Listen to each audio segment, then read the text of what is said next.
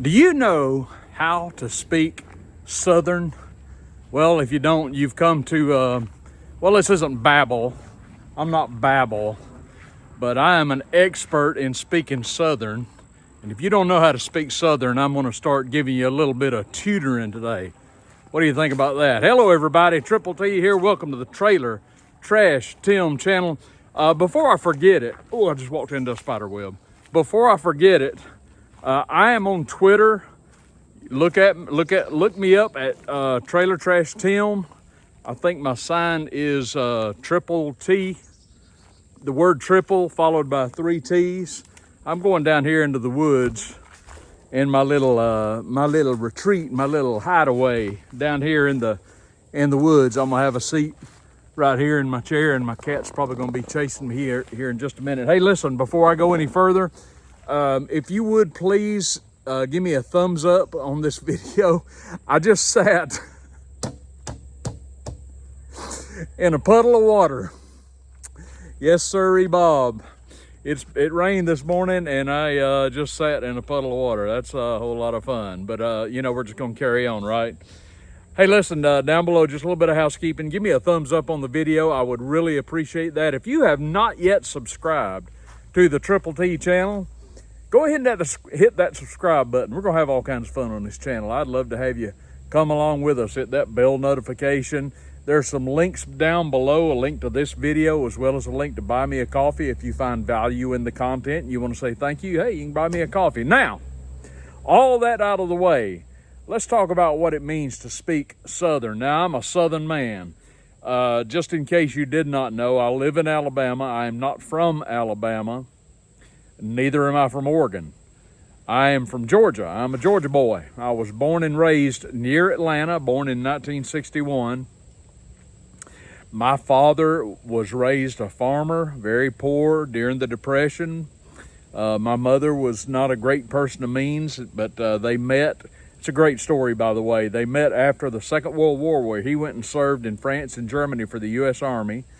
And he came back through her small town in Georgia, and they met at a bus stop. How about that? Got married, and he came to town I'm from, Marietta, Georgia. Built that house, and that's where I grew up, right there in Marietta, which has been swallowed up by Atlanta. Work brought me to Alabama, but I'm still Southern. But a lot of you that watch me are Southerners, and you're going to know what I'm talking about. Some of you are from New Zealand. Some of you are from Sweden. I have people watching me all over the world, all over Europe, Australia, the UK, Canada, Uruguay, Malaysia, Ukraine, and Russia, Japan.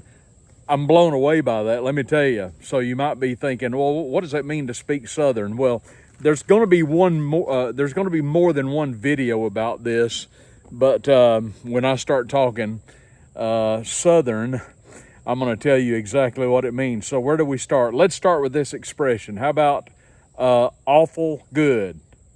Awful good is a Southern I'm trying to look at my phone here. Awful good is a Southern expression.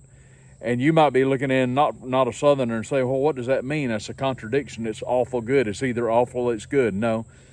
Awful good means it's really good. Man, that coconut cream pie was awful good.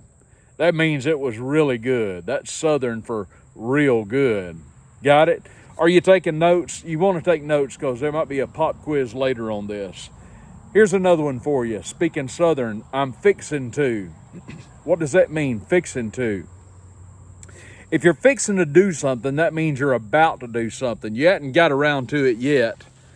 I know that tire is flat on my truck, and it's been flat for 3 days, but I'm fixing to get out there and change it. Fixing to means you're going to do something. You're not real sure when you're going to do it, but you are going to do it. You're fixing to do it, right? Now, here's one that even a lot of Southerners don't know, but if you're a bona fide Southerner like me, you know exactly what I'm talking about.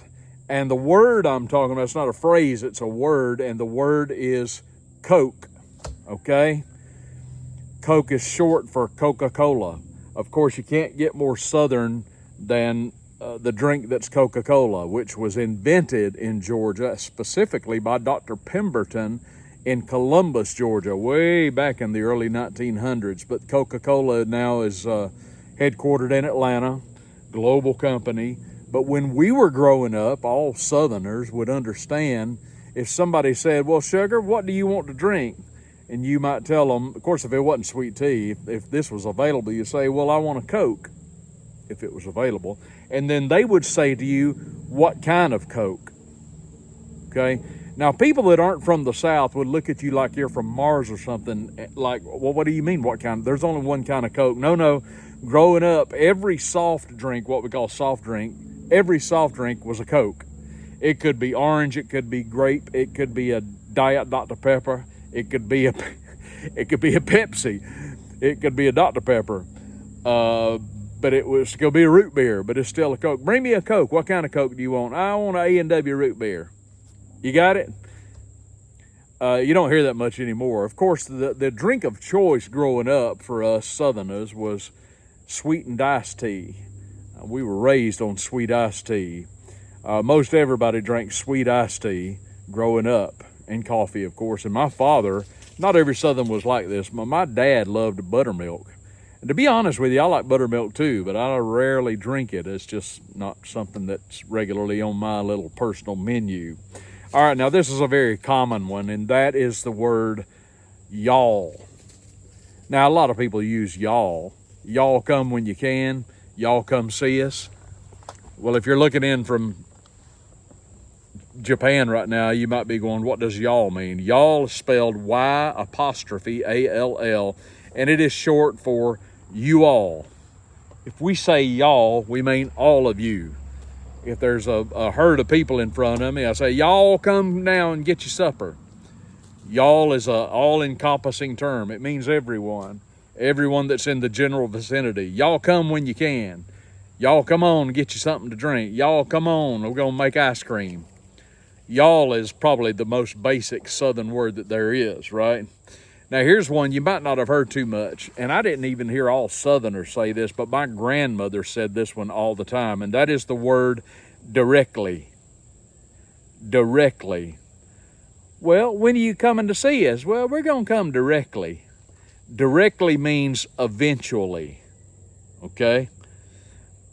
My grandmother would say, well, my husband, Wiss, my grandfather was William, she called him Wiss. Wiss is at work, but he said he'd be home directly. Eventually, he'll be home. Directly, we're going to go to church. Directly, we're going to go get groceries. We were always saying directly. And while I'm on the subject of my grandmother, my maternal grandmother, we called her Mama Lila. Her mother wanted to give her a good Bible name, so she named her Delilah. You got that? Delilah. And we called her Mama Lila. And Mama Lila had this phrase, if she was under pressure or things were looking grim for some reason or she was getting sick, she would say, I feel like I'm about to perish. Another thing she would say to her grandchildren is if we turned up our nose at something that was at the dinner table, she would say, what's the matter, sugar? Don't you love it? I don't like that, Mama Lila. What's the matter, honey? You think you're going to perish? It was never that extreme, but hey, that's what she would say. Here's another word you hear a lot in the South, simmer. S-I-M-M-E-R. Do you know what simmer means? Simmer's a setting on your stove. Well, you want to bring those greens up to boil, then cut it back to simmer and just let them simmer. They're going to simmer down. Sometimes we tell our children to, hey, simmer down over there. You're a little too excitable. You might tell your wife, simmer down, honey. Or you might tell your husband, simmer down there, sugar. Bless your heart. That's another Southern one, right? What does bless your heart mean? You know, that boy just ain't all there. Bless his heart. That's what it means. He ain't cooking. He ain't firing on all cylinders. All the bulbs in his chandeliers ain't lit. Bless his heart. He's not the brightest bulb in the chandelier, right? Bless his heart. Lord willing, and the creek don't rise. Now, I'm going to come see y'all, Lord willing, and the creek don't rise. What does that mean? Well, that means I'll do what I told you I wanted to do if the Lord's willing and if the water don't get too high where I can't cross the creek. That's what that means. He's living in high cotton. That's a Southernism. What does that mean, living in high cotton? that means he's doing really well. That means he's got some scratch, right? All his bills are paid. He's got it made in the shade. He's doing really well. He's living in high cotton. Well, that's a start on how to speak Southern. I got a whole lot more of those I'll present to you in the days and weeks ahead. Hope you enjoyed that. How about you? You got any Southern sayings you want to add to it? Drop them down in the comments. I'd love to see what you have to say. Hey, if you're not even a Southerner, if you come from another part of the country, another part of the world, but you got your own little sayings, I'd love to hear. I really would love to hear what you got to say. Thanks so much for watching, everybody. I appreciate you so very much being here. Share this video with all your friends and family and on your social media. Have a great day, and I will see you tomorrow. Trailer Trash Tim, over and out.